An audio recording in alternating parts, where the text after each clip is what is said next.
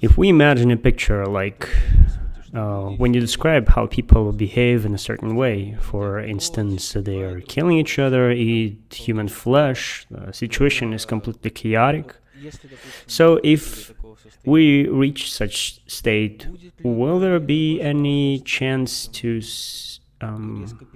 skip over these sufferings so that there would be some kind of group of people that will be living according to completely different rules? For instance, yes, such group can exist. Exactly that I want to use on the seminar today. The thing is that the sufferings are going to be to such degree which will be relative to the depth of egoism in which you are existing.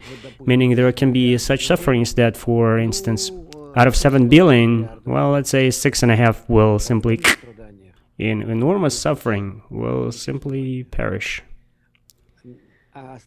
And the remaining will go through such tremendous sufferings that all desires, all qualities of those 6.5 billion people will gather in the remaining 500 million people. And this 500 million people will complete the correction. But in such bad ordeals, because it's not going to be distributed among 7 billion, but will fall on shoulders of that 500 million or even smaller amount of people. You get it? So it's horrible condition. Imagine you have 1,000 people in one place around you, and all of their diseases, sores, all of their negative qualities, everything that they have must be absorbed into you. And you have to live that way. Your egoism becomes 1,000 times bigger. That's to say the least. In fact, it's not 1,000 times, but way more, because it's cumulative, collective. Can you imagine how many diseases, how many sufferings, how many blows you alone will have to be undergoing? But the kind desires will remain the same size.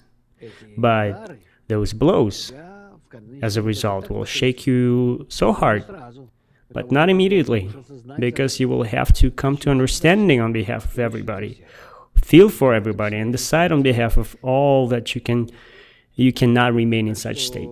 So don't anticipate anything. There won't be better conditions than what we have today if we don't improve it fast ourselves.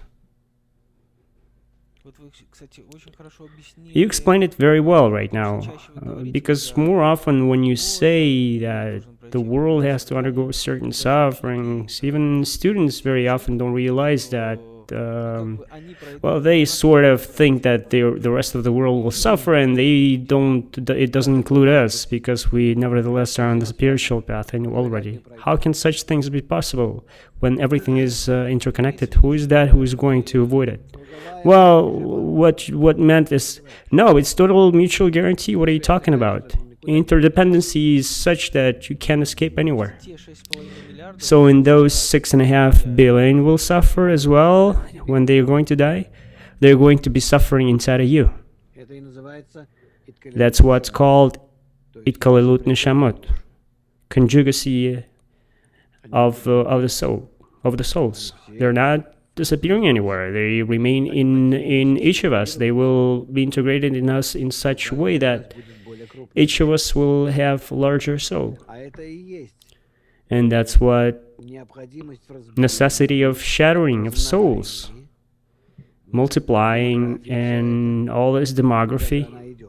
Where does it derive from? Where does it come from? What moves it up and down in different countries throughout the history?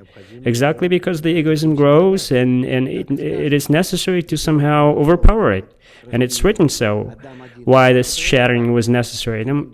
Adam alone could not correct it. Why must he be divided into 7 billion pieces? Well, I want to clarify one detail here. This group that will remain, well, let's say it's 500 million people. If we come to such scenario, which we've just talked about, what will happen inside of this methodology of correction? You say that they will undergo everything on behalf of the 6.5 billion people, whatever they haven't gone through. What will happen? Well, you're saying right now it's the ideal conditions for us for correction. From this point and now, it will become worse and worse, and it will accelerate, and it will become more difficult to correct it. Of course, from the moment when we were giving the opportunity of the correction, when we were giving the suspension, and that happened in the beginning of the past century, or even before that, from the times of Ari, from the 16th century. But at least today, when all this crisis is expanding, external, in the whole world, and so on, then delay only causes worse conditions. There won't be better conditions. You mean better from egoistical perspective, right?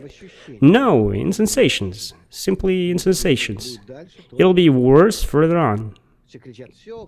Some people say that the crisis is over, so they once again began to, everything is good, now we again will be celebrating, party, and so on. And overall, the world is beautiful, and on, like it was before, even than before. It won't happen, my darlings. It won't. Not because I want to be evil prophet, but because that's the goal of the creation, such its plan, to bring us to the next level, by hook or by crook. We're going to be beaten until we come to correct desire.